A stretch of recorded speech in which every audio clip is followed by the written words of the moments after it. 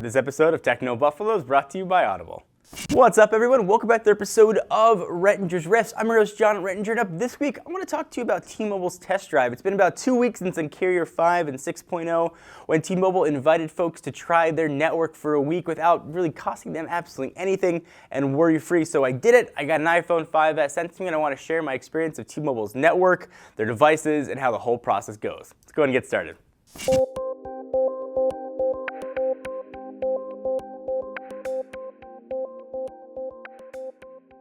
So in case you guys aren't familiar with T-Mobile's test drive, essentially what it is, you can go to the T-Mobile website, and once every billing cycle, you can get an iPhone 5S loaded with an unlimited data plan that you can try their network. And that's it. You return the device, they take the hold off your credit card, and you're done. So I wanted to see what it was like. I've been with AT&T since they were Singular, actually. So this goes back probably 6-7 years up until this point. But I wanted to see what T-Mobile service is all about. They've been talking about how good their data is sort of in big metro areas, and here in Southern California it would qualify as one. So figured it'd be a great opportunity to not only document the process of getting the phone, but how the experience with T-Mobile was, and then how it was to return it. So I went to the T-Mobile/test drive page, I signed up, phone came 2 days later, and it comes in a sort of a weird box. It doesn't come in like a regular iPhone box. What they send you now is an iPhone 5S. I got a 32 gig black one. You can't pick the color. I don't think you could pick the size either. I think it might depend whatever they have in stock. And it showed up inside of the box was everything you'd get inside of a regular iPhone box. It's all sealed and brand new, but that might change as the program gets older. Then a little bit of plastic was the iPhone 5S. I turned it on and that was good to go, and that was it. It was already activated, asked me if I wanted to set up my account on it, and that was really it. And I was kind of off and running. So I tried it for the first day, and the second day I got a call from T-Mobile on that line saying, hey, you want to see how you're going with the test drive? If you want to forward your calls to it, here's how you do it. If you want to download apps to sort of do speed tests, here are the apps to try. So the first thing I did was I ran speed tests everywhere I went. I had AT&T phone, I had my T-Mobile phone. I would just speed testing like a fool. And it was pretty interesting to see. Obviously, this is totally subjective depending on where you live and that kind of stuff. But in Southern California, T-Mobile's down data speeds were really, really, really fast. On average, about 2 times faster than what I was seeing on AT&T. Generally, AT&T, I'd get anywhere from 1 megabit down all the way up to maybe 9 to 12 as highest as I got. At T-Mobile, I was regularly seeing speeds up to 36 down. I know some people get way faster speeds. I know the folks like in Atlanta and Dallas, their AT&T speeds are super off the chart. On the upload side, it was kind of even. AT&T and T-Mobile were about the same. Some were hovering between 2 to 6 on the upside, but it was really, really fast on the download, and I was blanketed in LTE where I was. But then I went into my house.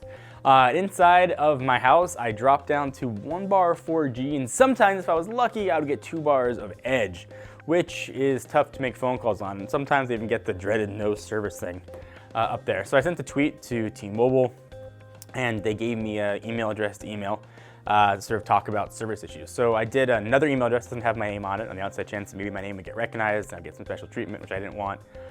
So it was the T-Force team, they call it. So I emailed them, said, hey, here's what problem I'm having. Here's my address. Here's a phone number. I got an email back almost within an hour saying, here's your case number, we're registering it. We're going to do what we can to try and fix your service. And it was really cool to see. Obviously, don't know if that's going to happen or not. The nice thing, I guess, about T-Mobile is they've got Wi-Fi calling. iOS 8 will support Wi-Fi calling. So presumably as the test drive goes on and iOS 8 comes out on the iPhone 6, it'll be really nice. You can just do Wi-Fi calling wherever you are. Let me interrupt the video real fast. Thank our friends at Audible. You know them, you love them, you should definitely be using them. They are the largest purveyor of downloadable audiobooks, things from mystery to romance. I'm not going to judge you, fiction, nonfiction, everything in between. Listen to them in your car, at the gym, on your iPhone or Android device, wherever you are, you could listen to Audible. Go to audiblepodcast.com/techno to get your free audiobook download. Again, that's audiblepodcast/techno to get your free audiobook. Again, whatever you've been thinking about reading, now is a perfect time to listen to it while you're making your daily commute. Now back to the video.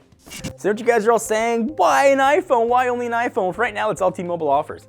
The really only flaw I see in their test drive program is that you can't pick the device you want. You know, an iPhone 5S might get different reception than a Galaxy S5 or an HTC One.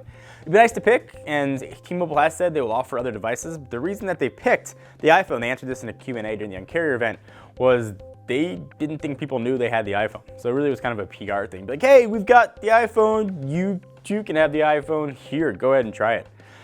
So the 7 days were up. I got a text message on the 6th day saying, hey, you return your phone tomorrow. You can return it to any sort of T-Mobile retail store, and I took it back.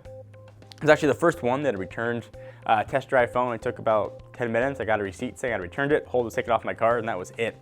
It was a super, super seamless experience. At the very least, if you want to think about switching to an iPhone, you can try an iPhone for a week and see how that experience is. And give it a shot. There's sort of no risk to you. 100% charge comes off your card, so there's no cost. It was just a really cool program.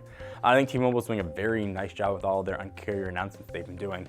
This one, that was the first time I really wanted to try the service and sort of use it as my daily phone. And overall, I came away pretty impressed.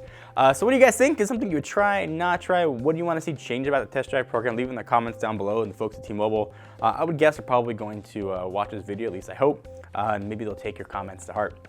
Anyway, guys, thank you for watching. Hope you enjoyed. Until next time, I am John Rettinger from Techno Buffalo. See you guys next video. Bye-bye.